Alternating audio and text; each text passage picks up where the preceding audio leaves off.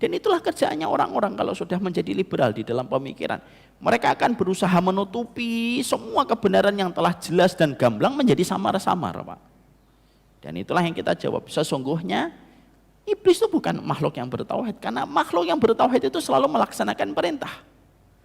Maka menolaknya perintahnya iblis kepada Allah untuk bersujud kepada Adam sebagai bentuk untuk memenuhi perintahnya Allah, maka inilah yang dijadikan inilah yang menjadikan akhirnya iblis itu menjadi makhluk yang terlaknat di hadapan Allah, dijauhkan dari rahmat, mendapatkan sifat ar-rajim, al-bu'du anir rahmah, disebabkan ketika dia tidak memenuhi perintahnya Allah.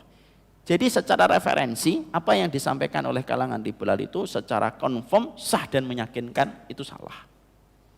Ya. Dan itu ternyata mudah untuk mematahkan argumen yang dimiliki sama mereka. Selamat datang di channel Langkah Iman Istiqomah. Jangan lupa like, komen, dan subscribe. Dan semoga kita semua mendapatkan ilmu yang bermanfaat. Amin.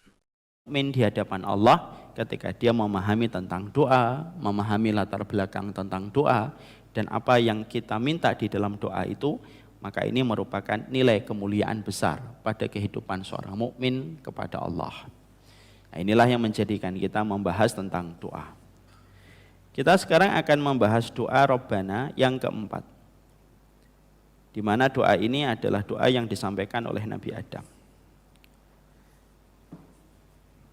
Di dalam surat Al-A'raf ayat yang ke-23 kita akan membahas sebuah doa yang sangat terkenal, yaitu doa yang diucapkan Nabi Adam. Ini merupakan doa yang paling tua yang ada pada kehidupan manusia. Doa yang pernah diucapkan manusia yang paling panjang sejarahnya di dalam kehidupan dan memiliki histori yang paling tua, yaitu adalah doa ini. Dan tidak ada yang mengalahkan bagaimana senioritas doa ini, karena doa ini diucapkan oleh Nabi Adam tepat ketika beliau diturunkan dari surga. Berarti merupakan doa pertama yang diucapkan manusia di dalam kehidupannya adalah doa Rabbana dzalamna anfusana. Dan ini menunjukkan kepada kita tentang keutamaan besar yang dimiliki pada doa ini. Karena doa ini bertahan istiqomah melewati lorong waktu sampai kepada kita. Tahun 2022. Kalau bukan karena keberkahan yang dimiliki pada perkara itu, tentunya perkara itu sudah rontok melewati waktu dan melewati sejarah. Berarti para ulama mengatakan ini merupakan doa yang besar.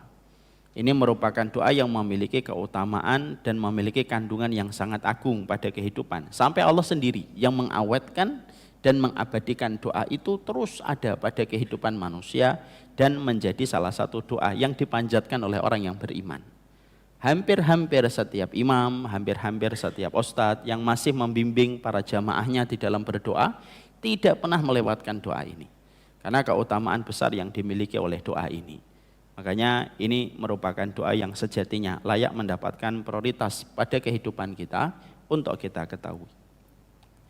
Maka sebelum kita membahas tentang doa ini, tentunya ini bercerita tentang Nabi Adam. Kita bahas dulu dari aspek sejarahnya.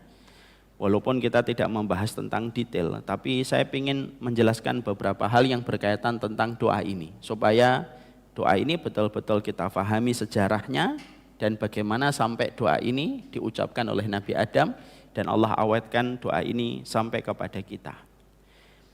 Pertama, ada beberapa poin penting yang menjadi latar belakang dari doa ini dan memiliki keterkaitan dengan doa ini, yaitu doa Rabbana dzalamna yang diucapkan oleh Nabi Adam. Di mana ada beberapa poin ini yang apabila tidak kita jelaskan dan tidak kita jawab dengan referensi, dan apabila kita sampai terputus referensi kita tentang doa ini, bisa berakibat fatal, karena kerusakan yang ditimbulkan dari salah berpikir itu terkadang jauh lebih parah daripada kerusakan yang ditimbulkan dari syahwat ketika melakukan dosa. Saya ulang kembali, Pak. Ini perkataan dari Imam Ibnu Qayyim. Kesalahan kita dari cara kita berpikir yang salah itu terkadang bisa berdampak lebih parah daripada kesalahan yang dilakukan oleh anggota badan ketika tertarik dengan syahwat. Karena apa? Salah berpikir itu masuk pada ranah syubhat. Adapun dosa yang dilakukan oleh anggota badan itu adalah syahwat. Sebesar-besarnya syahwat, maka pada dasarnya tidak akan pernah mampu mengalahkan pekatnya dosa syubhat dalam kehidupan manusia. Makanya hati-hatinya kita itu bukan hanya kepada syahwat. Syahwat itu apa? Zina, khamr, itu syahwat. Tapi syubhat itu lebih parah daripada syahwat. Karena orang yang melakukan perkara syubhat dikatakan oleh Imam Ibnu Qayyim, dia tidak akan pernah merasa bersalah ketika dia telah melakukan perkara yang salah dari kesalahan dia berpikir. Ya, makanya yang menjadi senjatanya dajjal-dajjal kecil sebelum munculnya dajjal besar itu ada dua pilar kekuatan dajjal-dajjal kecil sebelum menyambut kedatangan big boss-nya mereka, yaitu fitnatus syahwat dan fitnatus syubhat. Nah, ini hati-hati nih, fitnatus syubhat itu melalui pikiran, di mana pikiran itu mengambil sebuah narasi yang mengambil sebuah kesimpulan, di mana kesimpulan itu sama sekali tidak sesuai dengan apa yang disimpulkan dan disampaikan oleh Rasulullah dan disampaikan oleh Allah. Itu namanya syubhat. Ini bukan berarti nanti kita meremehkan syahwat. Kok kamu ngikutin syahwat? Ya, lebih ringan daripada ngikutin syubhat? Ya, bukan gitu. Tapi ini menunjukkan betapa kita harus memiliki kewaspadaan. Kewaspadaan manusia itu bukan hanya kepada syahwatmu, tetapi kewaspadaan kita sebagai mukmin itu kepada perkara syubhat, Pak. Terlebih ketika kita hidup pada zaman era teknologi, media, yang mana storytelling itu datang pada feed kehidupan kita bukan hanya per jam, tapi per detik, Pak. Dan Imam Ibnu Qayyim sudah menyampaikan kepada kita, hati-hati terhadap apa yang kamu baca, karena apa yang kamu baca menjadi menu apa yang kamu pikirkan, dan apa yang kamu pikirkan itu menjadi komoditi paling utama yang dilakukan oleh setan untuk menyesatkan manusia dari jalan kebenaran. Ya, makanya hati-hati di dalam kita membaca. Kesalahan di dalam mengambil referensi itu berakibat parah. Dan itu menyebabkan seseorang bisa terlempar jauh dari tuntunan yang disampaikan oleh Allah dan Rasulnya. Itulah namanya syubhat. Makanya supaya tidak ada syubhat di dalam pemikiran kita harus menjawab ini. Beberapa hal yang masih berkaitan tentang Nabi Adam.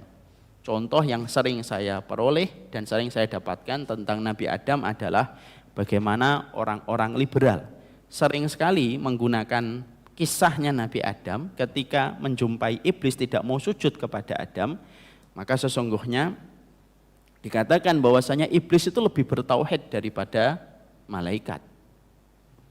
Karena dia tidak mau sujud kepada Adam, karena dia tahu bahwasanya sujudnya hanya diperuntukkan kepada Allah.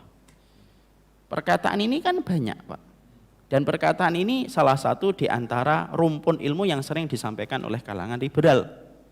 Makanya kita harus jawab, karena hal-hal semacam ini memang tampaknya sepele, tetapi apapun yang berkaitan tentang syubhat itu tidak ada yang sepele.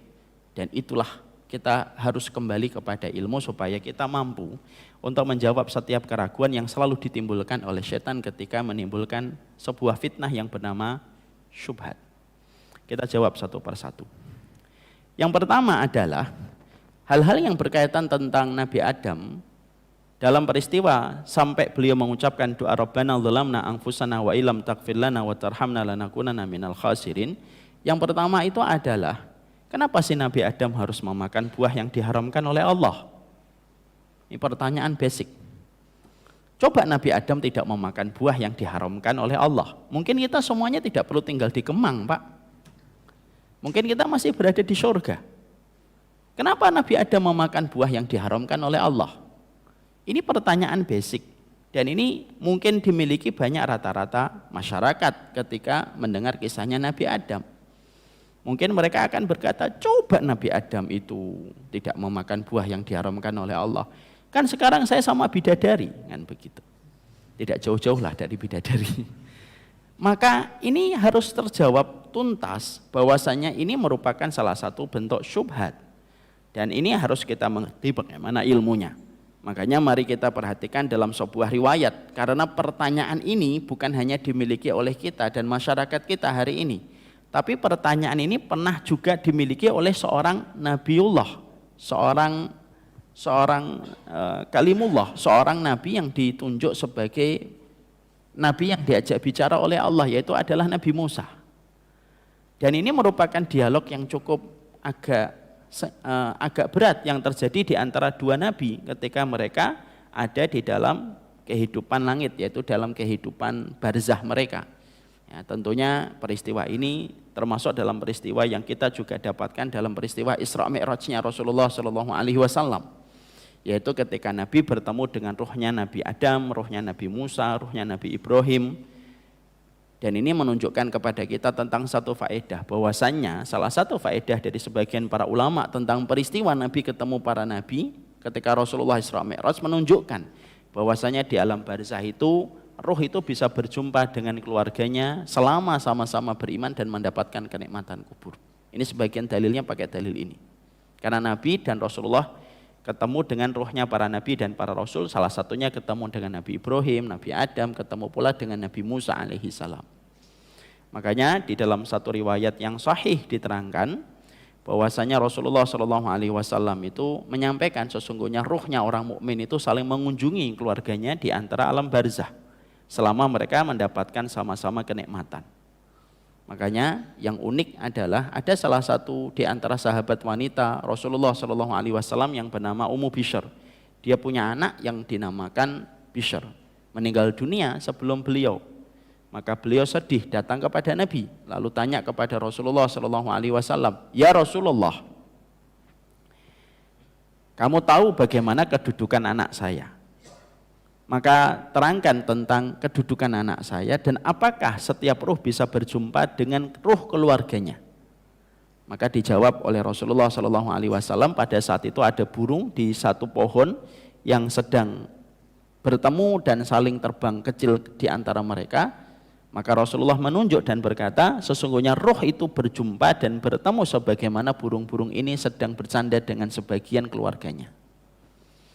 Maka semenjak saat itu Ummu Bishr kalau ada di antara keluarganya yang akan meninggal dunia, maka beliau berkata, titip salam ya sama anakku Bishr. Nah, ini menunjukkan kepada kita tentang salah satu faedah tentang berjumpanya para nabi ketika pada peristiwa Isra Mi'raj, untuk menerangkan kepada kita barzakh itu adalah salah satu tempat berjumpanya keluarga dengan keluarga. Makanya bapak dan ibu, kalau ada di antara keluarga kita telah meninggal dunia, bapak dan ibu kita, kakak dan adik kita, selama mereka sama-sama beriman, dengan mendapatkan na'imul qabr, mendapatkan kenikmatan kubur, maka sesungguhnya mereka berjumpa. Sebagian ulama lagi menambahkan dengan sebuah tambahan dalil akli.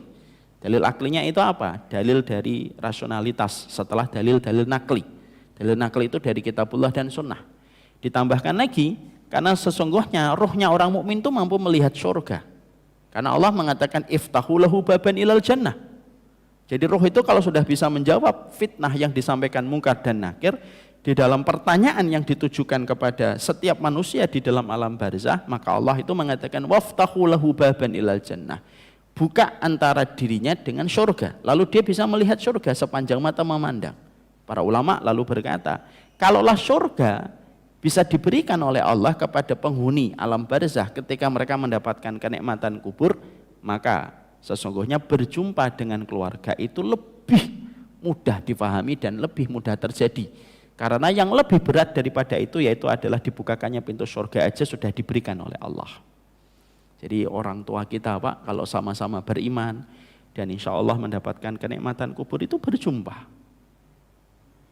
Dan itulah sejatinya yang bisa menghapuskan sedikit kesedihan dan rasa kerinduan kita kepada mereka yang telah wafat. Ini di luar agak tema. Sekarang kita kembali ke tadi. Di sini ada debat antara Nabi Adam dengan Nabi Musa. Ketika diterangkan oleh Rasulullah Shallallahu Alaihi Wasallam, ihtajja Adamu wa Musa, faqala lahu Musa. Diterangkan bahwasanya Adam dan Musa itu pernah berdebat, Pak. Pernah berdebat antara Adam dengan Musa. Ya, artinya berdebat itu merupakan salah satu caranya ilmu. Makanya di dalam Islam itu ada jidal, ada miraq. Itu dua-duanya beda. Walaupun kalau diartikan secara bahasa Indonesia, diartikannya sama, sama-sama debat. Tapi dalam bahasa Arab itu lebih detail. Ada jidal, ada miraq. Jidal itu diperbolehkan, miraq itu tidak diperbolehkan. Jidal itu apa? Jidal itu debat untuk menghasilkan sebuah kesimpulan dari sebuah jawaban. Dia belum tahu ini jawabannya apa, maka disitulah debat. Dan debat ini terpuji, wajadilhum billati hiya ahsan. Kepada orang yang tidak beriman kita disuruh mendebatnya dengan cara yang terbaik. Jidal itu boleh, debat itu boleh. Yang tidak boleh itu mirok. Mirok itu apa? Mirok itu adalah setelah datangnya petunjuk dan setelah datangnya keterangan masih lagi didebat. Apa yang didebat setelah keterangan itu mirok, dan mirok ini adalah sebuah dosa. Dan siapapun yang meninggalkan mirok, maka sesungguhnya dia akan mendapatkan sebuah rumah di surga. Contohnya mirok itu gimana? Contoh, adakah Nabi setelah Rasulullah SAW? Lalu kita debat, ada Nabi setelah Rasulullah? Tidak, itu namanya mirok, tinggalkan.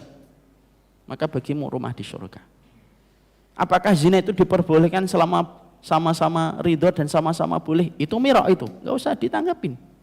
Makanya tidak setiap perkataan itu harus ditanggapin, Pak. Karena apa? Menunjukkan kualitas akal kita. Zaman fitnah itu kita terkadang dipaksa untuk berkomentar kepada setiap perkara. Tidak usah dikomentari semua perkara itu. Kenapa? Karena kita tahu harus kualitas diri kita itu di mana, dan tidak semua perkara harus dibantah. Makanya ada sebuah perkataan, ikhtiyarur rajul dalilu unwanu aqlih. Pilihan seseorang itu menunjukkan kualitas akalnya. Nah, itu namanya adalah mirok. Nah, di sini dikatakan ihtajja Adamu wa Musa. Debat antara Musa dengan Adam. Ini saya jelaskan dulu kata ihtajja, karena mungkin ada sebagian dari kita yang menganggap, lu kok Nabi debat? Nabi debat itu wajar, Pak. Malaikat aja pernah debat. Antara malaikat rahmat dengan malaikatul adab ketika menjemput ruhnya pembunuh 100 nyawa. Debat atau tidak debat? Debat.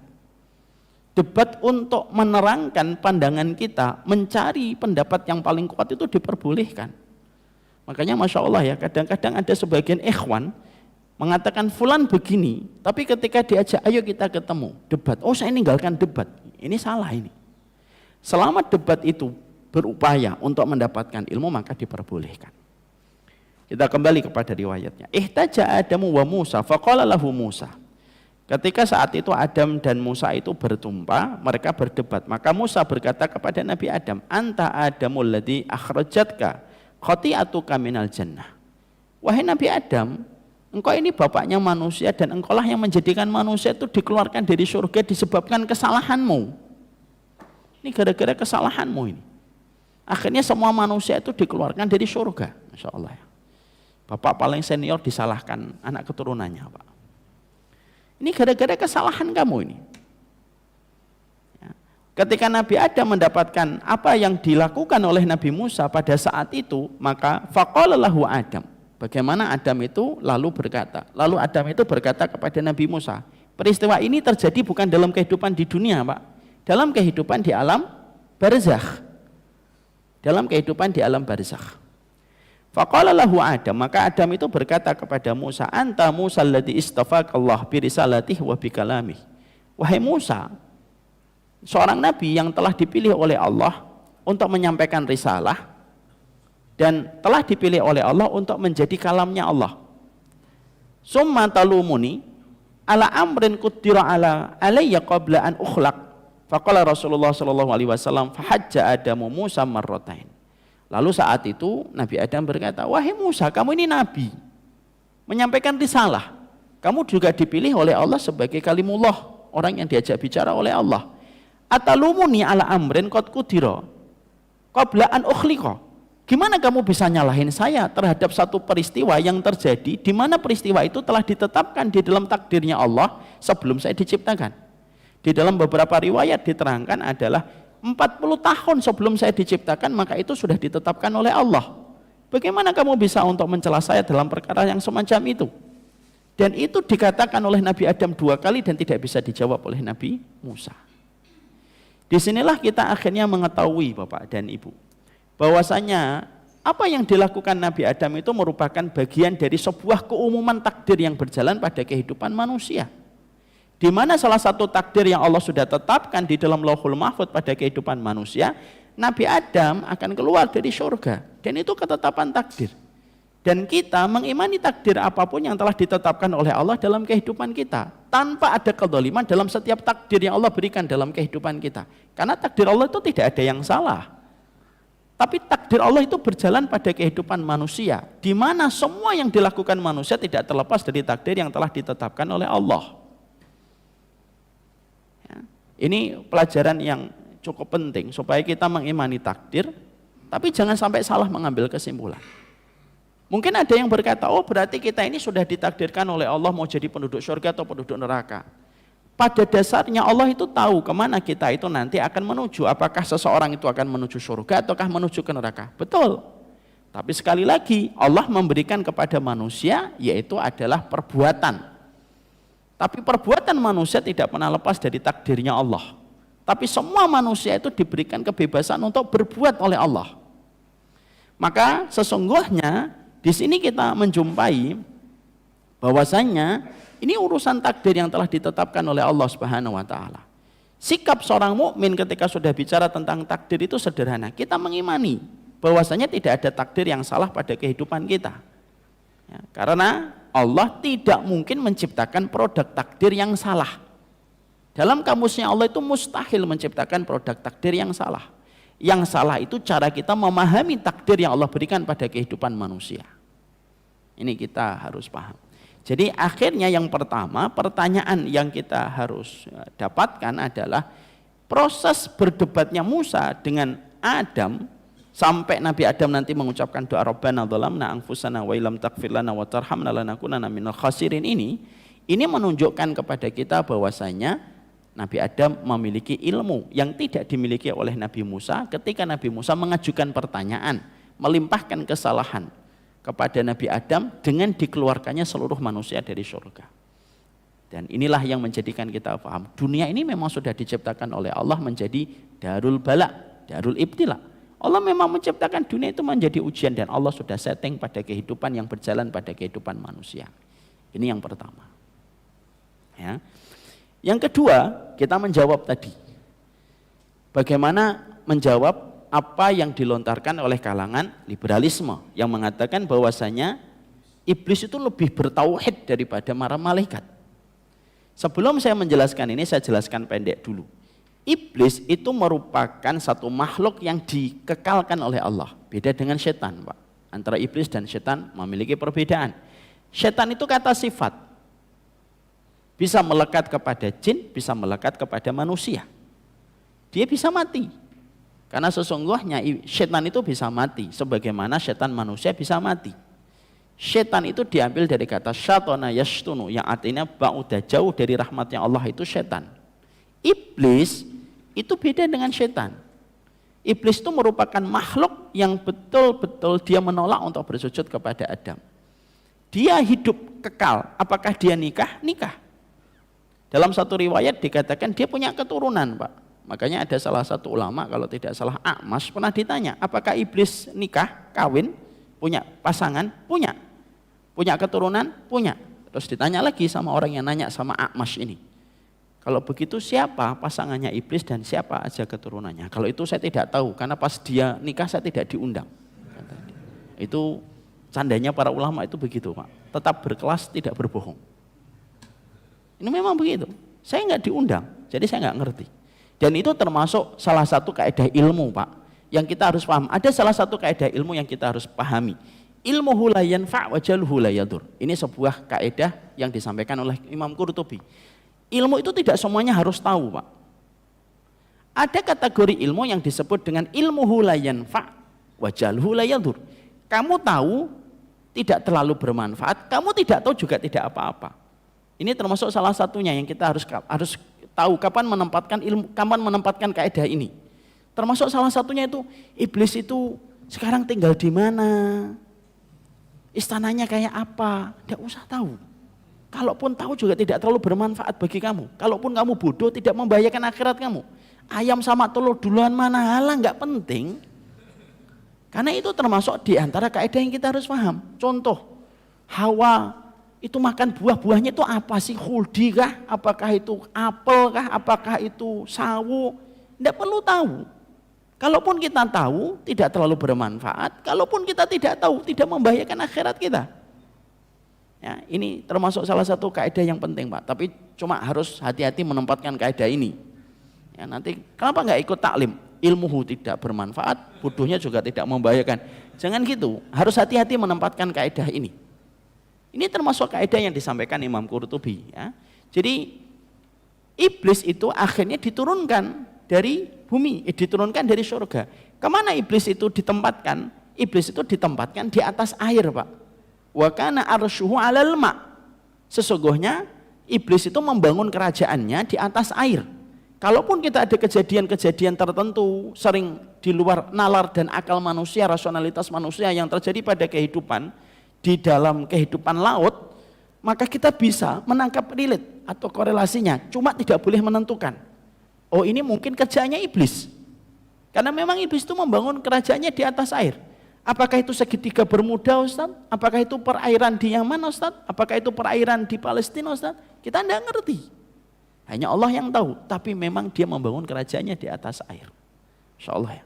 Dan ternyata, Pak, iblis itu ketika membangun kerajaannya di atas air itu munadzam, tertib, rapi, Pak. Setiap pagi fayab asusah royahu fi kulli sobah. Dalam hadis riwayat Muslim itu Rasulullah menerangkan setiap pagi dia ngirim pasukannya dari para setan itu kepada kehidupan manusia. Berarti setan-setan jin yang berkhidmah kepada iblis, dia itu terstruktur, tersistematik, memiliki kekuatan dan memiliki planning yang jelas. Masya Allah. Iblis aja punya planning, Pak. Orang mukmin nggak punya planning itu gimana?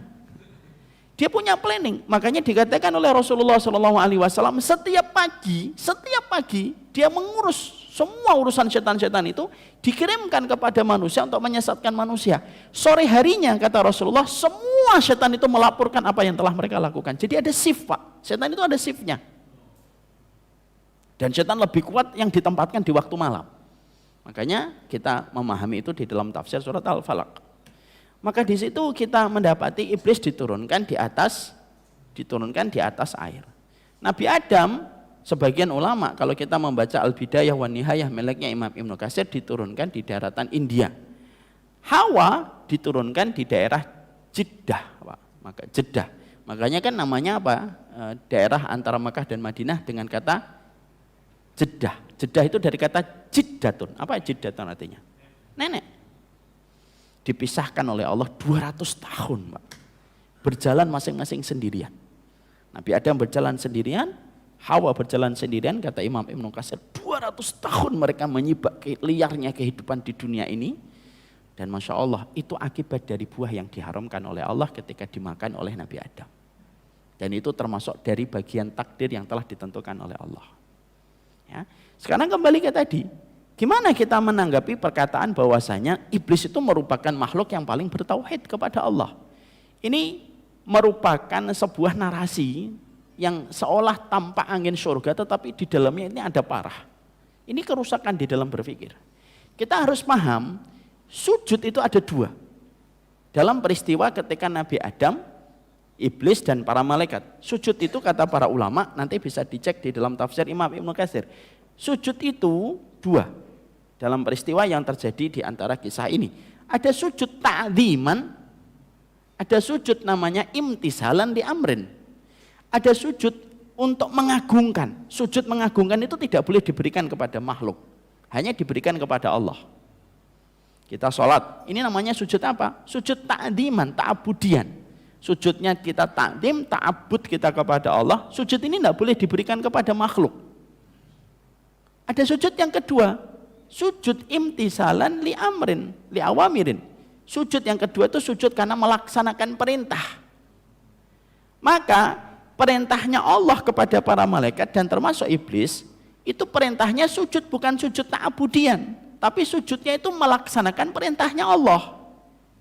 Jadi ketika iblis tidak mau sujud kepada Adam, itu bukan dia paling bertauhid, tapi justru dia membantah kepada perintahnya Allah. Karena sujud yang Allah perintahkan kepada iblis itu sujud di dalam perintah, bukan sujud di dalam ibadah.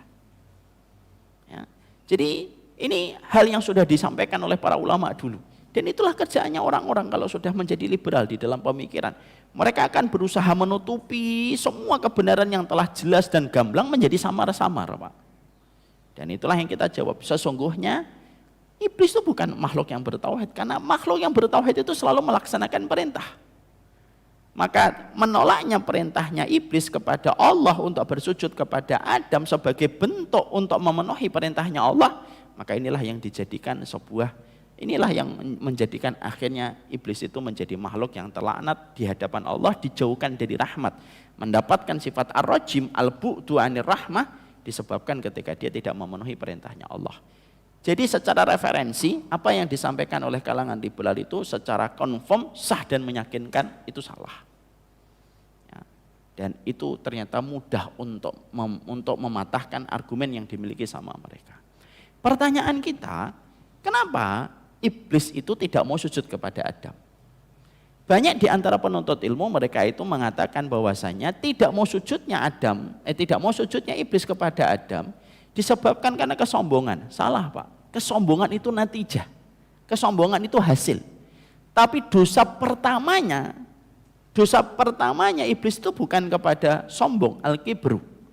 Tapi pertama kali pencetus kenapa iblis itu tidak mau sujud kepada Adam itu apa? Salah di dalam menetapkan kias.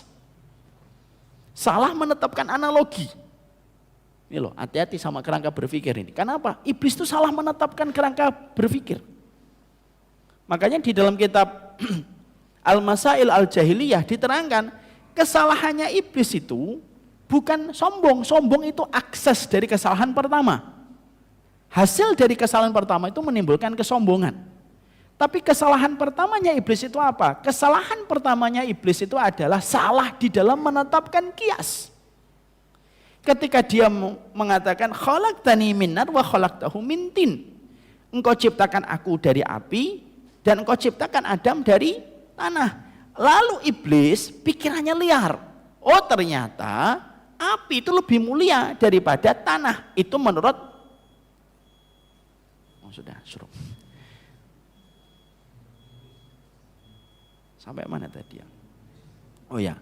Jadi pikirannya setan itu liar. Lalu dia menetapkan sebuah kias. Oh ternyata api itu lebih baik daripada tanah. Dan itu dilakukan oleh iblis ketika dia tidak bertanya sama Allah. Makanya salah kias itu berbahaya, Pak. Salah analogi itu berbahaya. Berapa banyak hari ini pemikiran menyimpang itu dimulai dari salah di dalam menetapkan kias. Salah menetapkan metode berpikir untuk mendapatkan sebuah jawaban dan kebenaran. Karena iblis merasa kiasnya itu adalah api lebih berpihak kepada dirinya dalam kebaikan daripada tanah, itulah yang akhirnya memunculkan kesombongan. Jadi kesombongan itu selalu ada pencetusnya. Jadi kesombongan itu bukan sesuatu yang sifatnya instan tiba-tiba muncul. Tidak bisa. Kesombongan itu selalu memiliki sebuah muqaddimah. Kesombongan itu selalu memiliki sebuah prolog. Karena kesombongan iblis ada prolognya. Prolognya itu apa? Salah menetapkan metode. Ya, makanya dijawab oleh para ulama. Emang betul yang disampaikan oleh iblis. Bahwasanya iblis itu tanah api itu lebih baik daripada tanah. Para ulama menjawab telak. Bahwasanya tanah itu lebih baik daripada api. Sifatnya tanah menghanguskan, sifatnya tanah meniadakan, sifatnya api menghanguskan, sifatnya api meniadakan, sifatnya api merusak, sifatnya api menghilangkan. Beda dengan sifatnya tanah. Sifatnya tanah itu menumbuhkan. Sifatnya tanah itu mengadakan. Sifatnya tanah itu membuahkan. Sifatnya tanah itu memaniskan setiap buah dan setiap hasil yang ditaruh di dalam tanah. Kata Imam Ibnu Qayyim, ternyata iblis itu tidak pinter-pinter banget sebenarnya. Gitu. Itu kesimpulan dari Imam Ibnu Qayyim. Jadi banyak orang yang menyimpang itu sebenarnya nggak pinter-pinter banget, Pak. Cuma mungkin pinter retorika. Pinter retorika ditambahi dengan bahasa-bahasa tampaknya itu bahasa-bahasa ilmiah, tapi sifatnya itu sebenarnya itu rapuh dia. Kenapa? Dikatakan oleh Allah semua kebatilan itu rapuh karena tidak bisa berhadapan dengan kebenaran yang ditetapkan oleh Allah. Maaf ya, kalau ada pakar fisika, dia pasti memiliki teori-teori yang dia merasa kuat dengan teori itu. Dan dia bisa merasa melawan siapapun, ilmuwan dan fisika, ilmuwan siapapun, lalu dia bisa membantahnya. Itu antara manusia saja begitu. Kebenaran yang ditetapkan oleh Allah itu tidak bisa dipatahkan, Pak. Tapi terkadang kebenaran itu bisa di-packaging seakan-akan itu menjadi sebuah keburukan. Nah, itulah yang kita harus paham. Jadi Imam Ibnu Qayyim itu telak ketika beliau itu mengatakan sebenarnya setan itu tidak pintar-pintar banget. Iblis itu tidak pintar-pintar banget.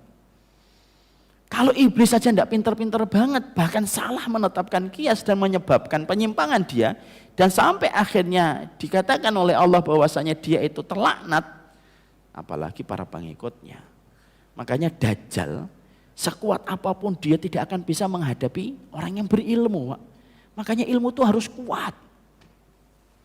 Makanya kenapa saya selalu ribut mengatakan dan selalu mengatakan harus punya fondasi ilmu yang kuat. Karena fondasi ilmu yang kuat itu kayak pohon, Pak, di hutan yang sudah ratusan tahun mengakar ke dalam tanah, ditabrak truk, bukan pohonnya yang tumbang, truknya yang bonyok.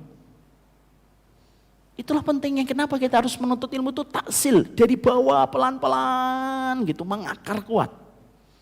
Karena tidak ada kebodohan yang kecuali hanya bisa dilawan dengan sebuah perjalanan kita ketika mendapatkan ilmu. Sudah menjadikan kita nikmat, mendapatkan ilmu dan mendapatkan petunjuk, mendapatkan pahala yang paling besar, Pak. Apalagi ketika kita hari ini. Masih ingat kan kisahnya Dajjal yang pernah saya sampaikan? Dajjal itu tidak berkutik, Pak, ketika berhadapan dengan orang yang sudah berilmu. Walaupun dia memiliki kekuatan besar. Yang Allah berikan kepada Dajjal, yang Allah tidak berikan kepada manusia yang lain sebagai bentuk ujian bagi manusia yang beriman. Dia bisa menurunkan hujan, dia bisa menumbuhkan buah dalam seketika, dia bisa melewati perjalanan dunia ini dalam waktu yang sekejap. Itu Dajjal. Tapi yang menarik dalam hadis riwayat Muslim yang sudah saya sampaikan, Dajjal itu datang kepada orang tua ketika Dajjal mengatakan, saya ini adalah Tuhanmu. Arab Badui itu berkata, kamu bukan Tuhanku, kamu bukan Tuhanku, kamu adalah Dajjal. Lalu Dajjal berkata, apa yang bisa menjadikan kamu yakin bahwasanya aku adalah Tuhanmu? Lalu orang tua itu berkata, kalau begitu hidupkan orang tuaku. Dajjal akhirnya meminta tolong sama setan supaya jin dan setan itu menyerupakan dirinya dengan wajah orang tuanya Arab Badui itu. Bangkitlah orang tua itu dari kuburan yang sebenarnya bukan orang tuanya Arab Badui itu, tapi itu adalah perwujudan dari jin. Lalu orang tua ini yang sebenarnya jin berkata, oh, taatlah kamu sama Tuhanmu ini, kan ini adalah Tuhanmu, dan akhirnya menjadi pengikutnya Dajjal. Yang menarik adalah Dajjal itu akhirnya mendatangi seorang pemuda. Pemuda itu dibelah, Pak, dipotong jadi dua. Lalu dikatakan kepadanya bahwasanya saya adalah Tuhanmu, tapi pemuda itu mengatakan kamu Dajjal. Dipotong lagi, lalu mengatakan saya Tuhanmu, kamu Dajjal. Dan akhirnya Dajjal tidak bisa untuk berhadapan dengan pemuda ini. Sampai akhirnya setelah kejadian ini Dajjal tidak bisa lagi membunuh, Pak. Dan kenapa Rasulullah menyampaikan kisah ini? Rasulullah itu ingin menyampaikan kepada kita, ilmu itu di atas segalanya. Ketika ilmu sudah benar, referensinya, dipraktekkan dan diamalkan dan menjadi petunjuk dalam kehidupan, sampai fitnahnya Dajjal pun tidak berkutik di hadapan mereka yang berilmu. Makanya Bapak kan paham kenapa surat Al-Kahfi itu dijadikan salah satu surat yang dibaca dan dijadikan mukjizatnya atau keutamaan dari surat Al-Kahfi itu 10 ayat yang pertama menghadapi fitnahnya Dajjal. Karena surat Al-Kahfi ini kalau kita paham mutiara yang ada di dalam pelajaran surat Al-Kahfi, maka sudah cukup menjadikan kita memiliki furqan untuk membedakan yang baik dan benar. Membedakan yang benar dan yang salah. Itulah pentingnya kita memahami dengan ilmu. Karena banyak sekali terkadang kita akan jumpai fenomena dalam kehidupan itu. Orang-orang yang bisa itu berkata tetapi dengan sebuah narasi yang sifatnya narasi itu memalingkan seseorang dari kebenaran. Ya. Jadi disitulah kita akhirnya memahami poin yang kedua. Ya, bahwasanya Dajjal, bahwasanya manusia itu, bahwasanya setan itu ya, bukan makhluk yang paling taat sama Allah, tetapi justru paling membangkang kepada Allah. Karena sujud yang Allah berikan perintahnya kepada Adam dan iblis, kepada malaikat dan iblis, yaitu adalah sujud untuk melaksanakan perintah dan bukan sujud untuk mendudukkan ta'abbud atau mendudukkan takdiman kepada Adam. Karena kalau sujud yang menunjukkan keagungan itu hanya boleh diberikan kepada Allah. Itu yang kedua. Poin yang ketiga adalah kok bisa setan itu atau iblis itu bisa menggoda Nabi Adam untuk memakan buah itu. Dimulai dari Hawa dulu sampai kemudian Adam. Kenapa kok bisa? Bukankah iblis lebih dikeluarkan lebih dulu daripada Adam? Gimana caranya iblis itu bisa menggoda Hawa dan menggoda Adam, kan dia sudah dikeluarkan dari surga dan membangun kerajaannya di atas air. Gimana cara kita memahami ini? Nah, inilah yang akan kita bahas dalam pertemuan kita selanjutnya. Sudah dididik, sudah jamaah juga sudah ada 1-2 yang keluar karena memang persiapan untuk kerja. Jadi ini masih muqaddimah, Pak. Ya, masih muqaddimah. Ini muqaddimah peristiwa. Supaya kita paham, supaya clear semuanya itu jelas. Nanti Bapak boleh buat status di WA-nya. Tahu kan? Ya, membuat statusnya. Kenapa iblis itu menjadi makhluk yang terlaknat? Nah, gitu. Jadi akhirnya kita bisa memberikan ilmu dan memberikan petunjuk kepada setiap kehidupan orang-orang yang beriman. 2 poin, nanti ada poin yang ketiga, ada poin yang keempat.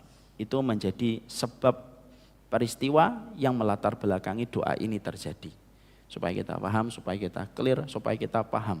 Cakupan dalam setiap doa itu panjang luar biasa. Dan itulah kenapa kita sangat-sangat mendalam dalam setiap doa. Supaya kita mampu menghadirkan makna yang lebih mudah. Barakallahu fikum wa sallallahu ala nabiyina Muhammad walhamdulillahirabbil alamin. Ini yang dapat kita sampaikan di dalam pertemuan kita pada kesempatan hari ini. Kita buka dengan tanya jawab kalau ada yang ingin istifsar dan ingin bertanya tentang apa yang perlu disampaikan. Saya persilahkan. Monggo Pak Ujang.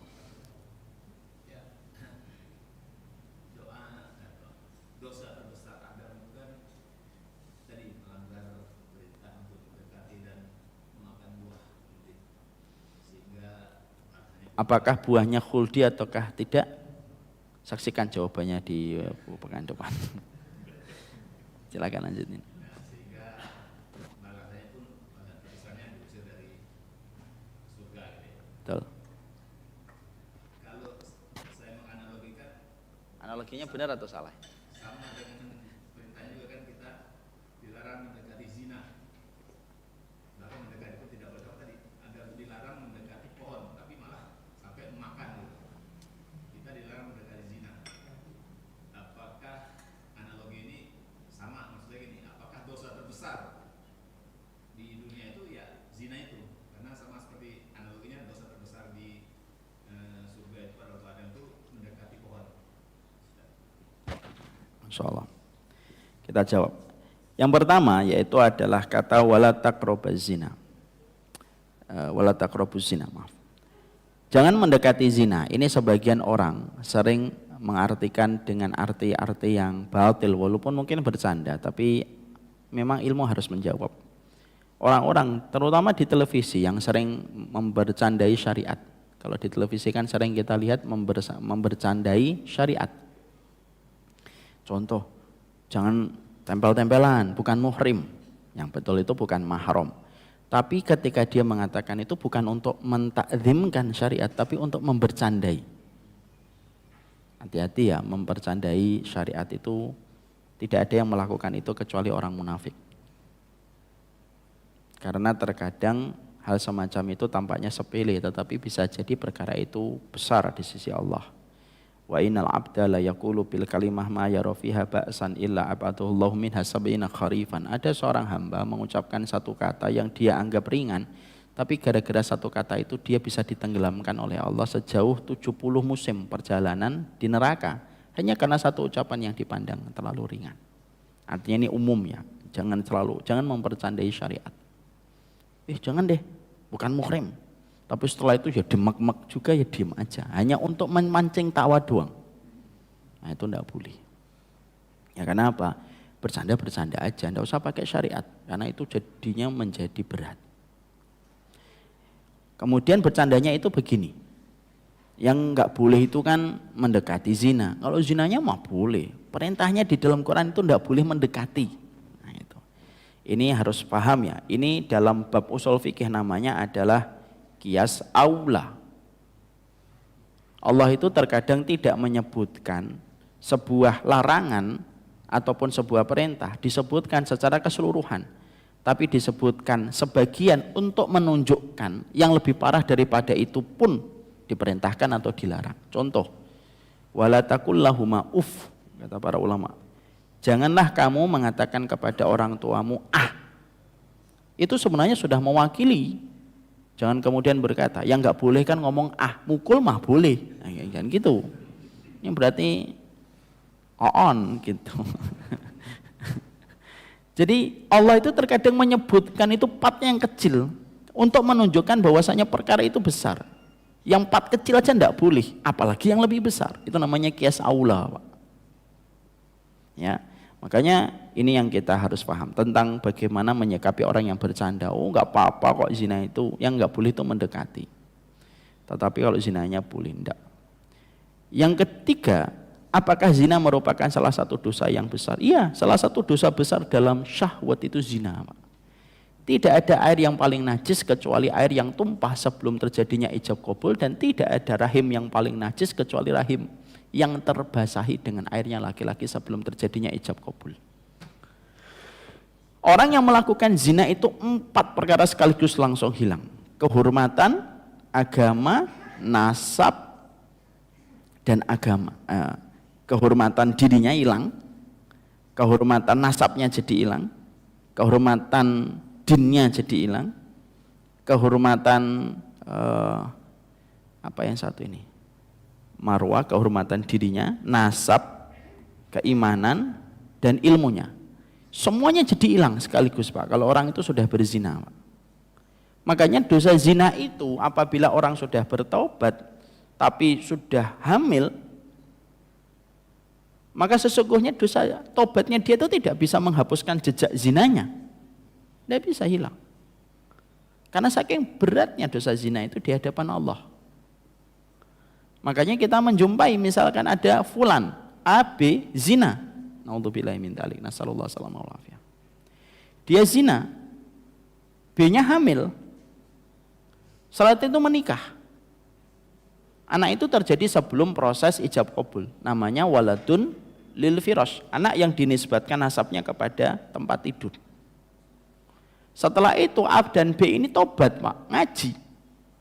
Maka tidak menghapuskan jejak zina yang terjadi dan sudah terbentuk dengan anak yang ada pada rahim wanita yang dia zinai walaupun sudah nikah. Kalaupun anak ini perempuan, maka nanti bapak biologisnya, dalam tanda kutip bahasa versi hari ini, kalau dalam bahasa syariat itu lebih gampang, bapak zinanya walaupun sudah taubat masih disebut dengan bapak zinanya. Karena anak itu tidak terbentuk dari proses akad. Maka ketika nanti itu anak perempuan, tidak bisa dinikahkan sama bapak biologisnya. Walaupun sudah bertaubat, Pak. Loh, terus siapa yang menikahkan? Yang menikahkan wali. Dan seorang bapak harus berbesar hati untuk menyampaikan fakta ini kepada sang anak. Dan dia tidak boleh melakukan dosa besar ditutupi dengan dosa besar lagi. Saya akan jadi wali, Mona. Padahal dia yang paling tahu bahwasanya apa yang telah terjadi. Balil insanu ala nafsihi basirah. Semua manusia itu paling tahu dosa yang telah dikerjakan. Makanya Allah itu menggunakan CCTV dalam kehidupan manusia itu apa? CCTV manusia itu ya dirimu. Makanya dalam surat Al-Qiyamah apa? Balil insanu ala nafsihi basirah walau alqa ma'adirah. Manusia itu yang paling tahu dirinya walaupun dia bisa mengemukakan 1000 alasan. Dia tidak bisa, Pak, menikahkan kalau itu anak perempuan. Ini kisah nyata, pernah terjadi. Ada seorang bapak-bapak, saya pernah menyampaikan tentang masalah perzinahan di satu tempat. Setelah itu ada bapak-bapak habis ini, selesai saya keluar, di antara ramainya jamaah itu ada yang deketin saya. Nangis, aduh saya sudah feeling tidak enak itu. Ini pasti ada hubungannya dengan tema dan materi. Benar, Ustaz, anak saya pertama perempuan, sekarang kelas 3 SMP. Saya dulu melakukan perzinahan. Padahal bapaknya Masya Allah, secara zahir baik, seorang penuntut ilmu, dan sering saya jumpai di soft yang terdepan. Ketika dia menyampaikan itu kan saya kaget luar biasa. Terus dia mengatakan saya sudah tobat. Saya tahu, Pak, saya bisa ngerasakan tobatnya beliau dan semoga Allah menerima tobat beliau, insya Allah. Tapi dia mengatakan anak pertama saya ini terjadi sebelum menikah, Ustaz. Nanti kalau saya nikah, apakah tobat saya bisa menjadikan saya menjadi wali? Tidak bisa. Tidak bisa, Pak. Tidak bisa, saya bilang. Nangis beliau, saya peluk, sabar, Pak. Dihadapin, Pak. Lebih baik kita ngadepin di dunia daripada nanti beratnya dalam kehidupan di akhirat. Itulah kenapa di dalam Islam semua syariat itu salah satunya itu menjaga supaya tidak terjadinya perzinahan. Kenapa si perempuan itu jalannya di belakang laki-laki? Nggak makruh itu perempuan itu jalan di depan laki-laki. Karena sesungguhnya perempuan ketika jalan di depan laki-laki, maka laki-laki itu akan tercipta syahwatnya dengan melihat bagian belakang perempuan saja. Karena semua yang ada dalam perempuan itu adalah fitnah. Kecuali telah menjadi halal, menjadi sumber kebaikan. Itulah luar biasanya perempuan. Perempuan itu bisa berubah total.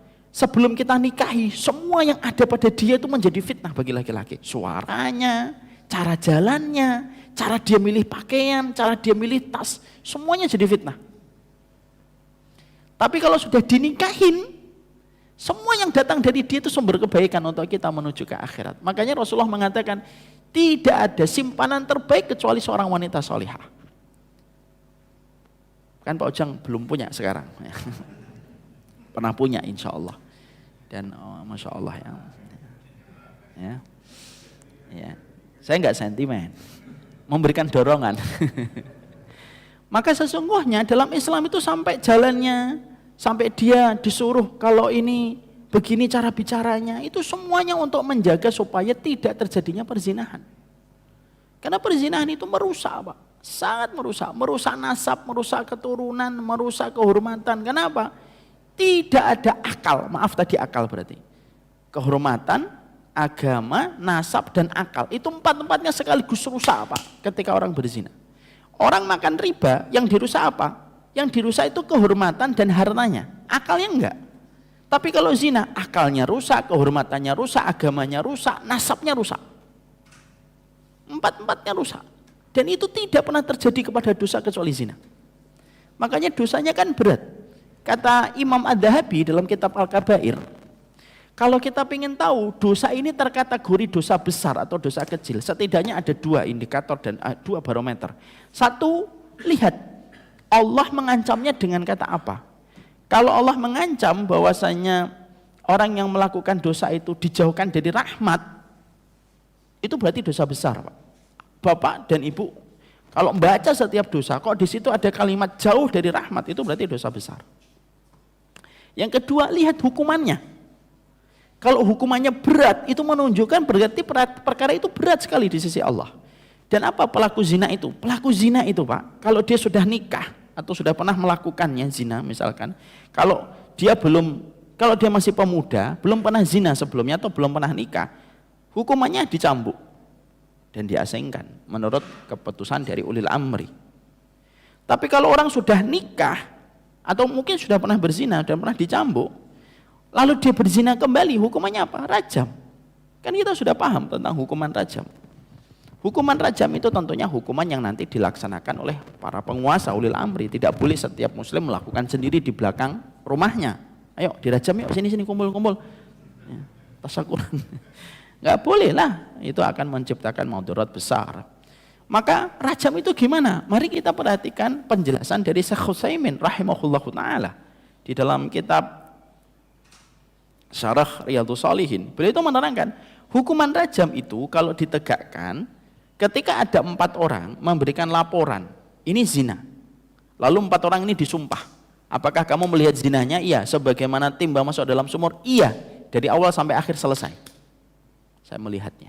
Walaupun sebenarnya 4 orang mukmin mengumpulkan 4 orang mukmin itu susah, Pak. Ngapain 4 orang mukmin menyaksikan dari mukadimah sampai itu saking Islam itu sangat menjaga supaya orang itu tidak gampang-gampang melapor.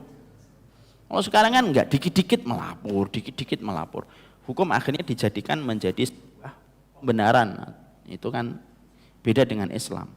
Maka kemudian kalau 4 orang atau orang itu mengaku berzina, maka dia dirajam, dibangun sebuah lubang, digali lubang, dimasukkan ke dalam lubang, yang tersisa kepalanya. Disiapkan batu. Batu yang disiapkan kepada orang yang berzina itu bukan batu yang gede, batu kali yang gede gitu. Dijatuhkan prek gitu, langsung mati. Kepalanya pecah, berurai otaknya. Tidak bisa. Itu aja sudah mengerikan. Tapi tidak boleh pakai kerikil, Pak Ujang. Peleng, tapel, sweat gitu. Seminggu nggak mati-mati. Nggak boleh. Kata Syekh Utsaimin, Masya Allah, ini untuk memberi peringatan untuk kita. Batunya itu sedang, enggak gede, enggak kecil, sedang. Seukuran kepalan tangan kita dan lebih besar itu. Dilemparkan, pereng. Kenapa batunya sedang? Supaya enggak cepat mati dan juga tidak terlalu lama. Kenapa? Supaya tidak langsung mati. Perhatikan penjelasan dari beliau. Supaya menggantikan aliran kenikmatan yang dia rasakan ketika berzina dari ujung rambutnya sampai ujung jempol kakinya. Karena zina itu kenikmatan yang dirasakan dari ujung rambut sampai ujung jempol. Orang membunuh, Pak, itu hanya melapangkan dadanya. Yang asalnya sesek, saya gedek sama orang ini nih. Bunuh, emosi doang, Pak. Nikmatnya nggak ada. Kecuali psikopat ya, bunuh terus, dia merasa nikmat dengan itu. Itu psikopat sudah beda. Tapi membunuh itu secara basic nggak ada kenikmatan. Beda dengan zina, Pak. Zina itu dosa yang pengaruh kenikmatannya itu dari rambut sampai ujung jempol, kata Syekh Utsaimin. Dan kenapa dilempari batu? Untuk menggantikan setiap aliran kenikmatan yang dia rasakan ketika berzina. Tentunya hukuman ini kalau betul-betul dijalankan kepada seseorang, maka dia tidak lagi mendapatkan hukuman di akhirat. Dan tentunya hukuman di akhirat lebih berat. Gimana kalau kita belum mendapati hukuman itu tegak? Pertama, sabar. Yang kedua, maka yang dilakukan orang kalau sudah terjebur pada zina itu gimana? Ya dia betul-betul bertobat dengan tobatan nasuha. Boleh enggak Ustadz dia melempari kepalanya sendiri dengan batu? Ya enggak bisa. Sudah bertobat dengan tobatan nasuha. Sudah. Tobat betul sama Allah. Banyak ketaatan, banyak sedekah untuk menutupi dosa-dosanya dia. Nah, itu menunjukkan kepada kita tentang dosa zina itu. Makanya kenapa kita kalau punya anak perempuan itu sangat teruji sekali, Pak. Karena memang itulah yang kita harus paham. Makanya maaf ya Pak, hari ini banyak orang tua yang tidak mau menitipkan emasnya, batangan yang harganya 200 juta kepada orang yang dia tidak kenal secara baik. Ada nggak orang tua, ada pemuda gitu, tampan, cakep, lucu, imut gitu, putih gitu. Sini mas, ini bawa emas batangan saya. Nggak mau dia pasti. Tapi anehnya, banyak laki-laki orang tua, tetapi ketika anaknya diajak sama orang yang dia nggak ngerti orang ini tuh kayak apa sifatnya, tapi dia membolehkan. Berarti harga anaknya perempuan itu lebih murah daripada batangan emas. Ya nggak Pak? Kita nggak mungkin Pak nitipkan emas batangan itu. Ini nak, bawa ya nak, nanti jam 9 bawa pulang. Nggak ada yang kayak gitu. Kadang-kadang kan kita, ya maaf ya semoga Allah merahmati kita. Banyak orang tua, bukan gitu. Tapi ini kan dalam kasus untuk saling mengingat. Banyak orang tua itu sering berkata, saya pergi dulu ya Pak sama anaknya. Ya udah nanti sebelum jam 9 pulang ya nak. Seakan-akan setan sebelum jam 9 libur Pak. Ya kan? Nggak bisa. Ya kita harus kuat. Nanti jodohnya gimana? Jodoh itu tidak menjadi dekat karena pacaran. Dan jodoh tidak menjadi jauh gara-gara anak kita tidak pacaran kan. Jangan mengatakan ya ini mah tergantung anak saya. Tidak bisa Pak. Yang diberikan ilmu adalah orang tua. Makanya orang tua disebut qawwam, membuat keputusan. Karena pada dasarnya kalau menyerahkan kepada anak, terkadang anak belum sempurna di dalam memahami tentang esensi kehidupan. Makanya kalau banyak anak mau nikah, alasannya itu kadang-kadang itu nggak bisa dipahami. Kenapa kamu mau nikah sama dia? Orangnya lucu, lo kan lucu. Loh ini apanya yang disediakan? Ya karena mereka belum sempurna di dalam memahami ilmu. Nah, inilah fungsinya orang tua, menentukan, mengarahkan dan menentukan. Tetap anak punya hak untuk menjawab tidak dan iya. Jadi nanti kalau saya mempraktekkan misalkan anak perempuan saya besar sudah siap menikah, saya akan sampaikan, ini nak, nomor 1 nih, mau nggak? Dibaca CV-nya. Enggak lah Pi, kok kelihatannya orangnya kuper. Tidak apa-apa, jangan kemudian kita jangan gitu nah, kamu harus ini. Enggak juga, hormatin perasaannya. Dia nggak suka Pak, dan perasaan itu terkadang memang bagian dari fitrah. Yang setiap orang itu punya standar beda-beda. Standarnya kita beda, standarnya saya dengan standarnya Pak Ujang kan beda.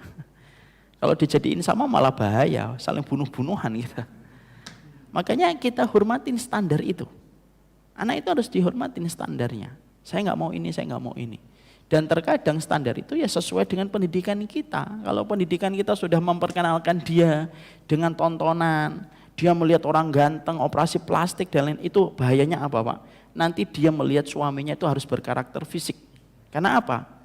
Apa yang dipandang itu meracuni apa yang difikir. Sama ini, kalau anak laki-laki kita sudah terbiasa melihat perempuan dari kecil, kita biasakan gitu, dia ngelihat ini ada perempuannya kita biarkan, standarnya dia nanti juga kecantikan. Makanya di dalam Islam kenapa tidak boleh banyak memandang? Karena di dalam banyak memandang itu banyak racun, oksidan yang berbahaya dalam kehidupan tubuh. Bisa difahami Pak Ujang? Makanya menikah itu adalah obat. Loh, ini saya nggak nyindir beliau. Menikah itu obat. Menikah itu obat. Terhindarkan dari perzinahan.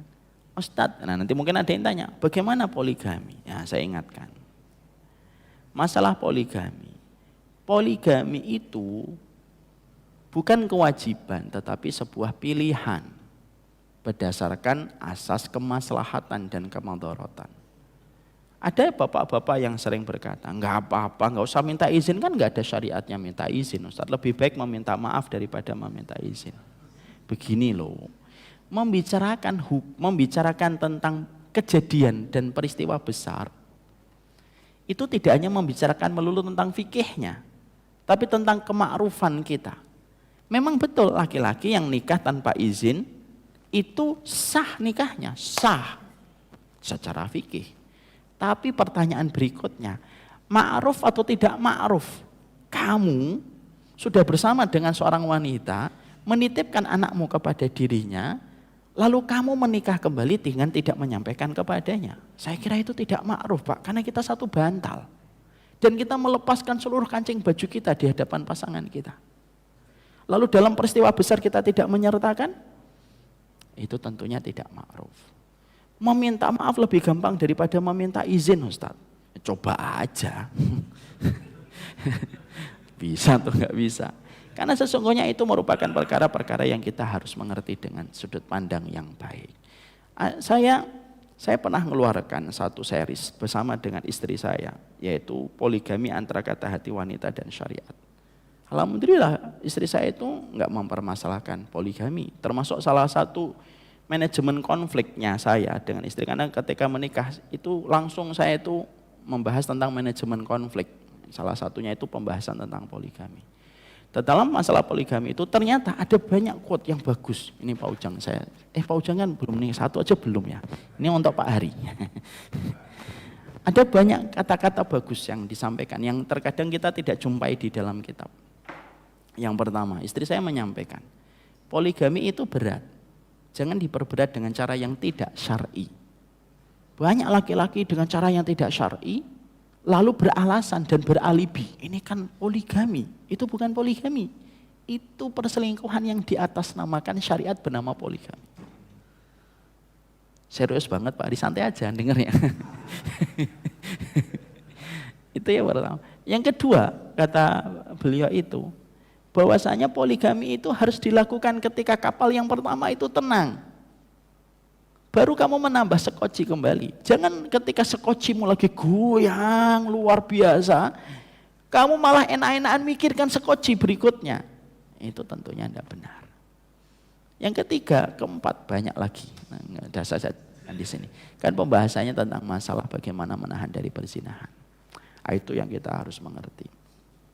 Saya kira pertanyaan Pak Ujang mewakili 200 pertanyaan berikutnya. Apa yang kita sampaikan dalam kesempatan hari ini semoga memberikan keberkahan. Pak Ujang enggak usah mikir poligami ya. Satu aja belum. Sempurnakan yang satu dulu. Ya, dan kita doakan nanti segera untuk mendapatkan jodoh terbaiknya insya Allah. Ingat ya Pak Ujang, kalaupun Pak Ujang menikah lagi,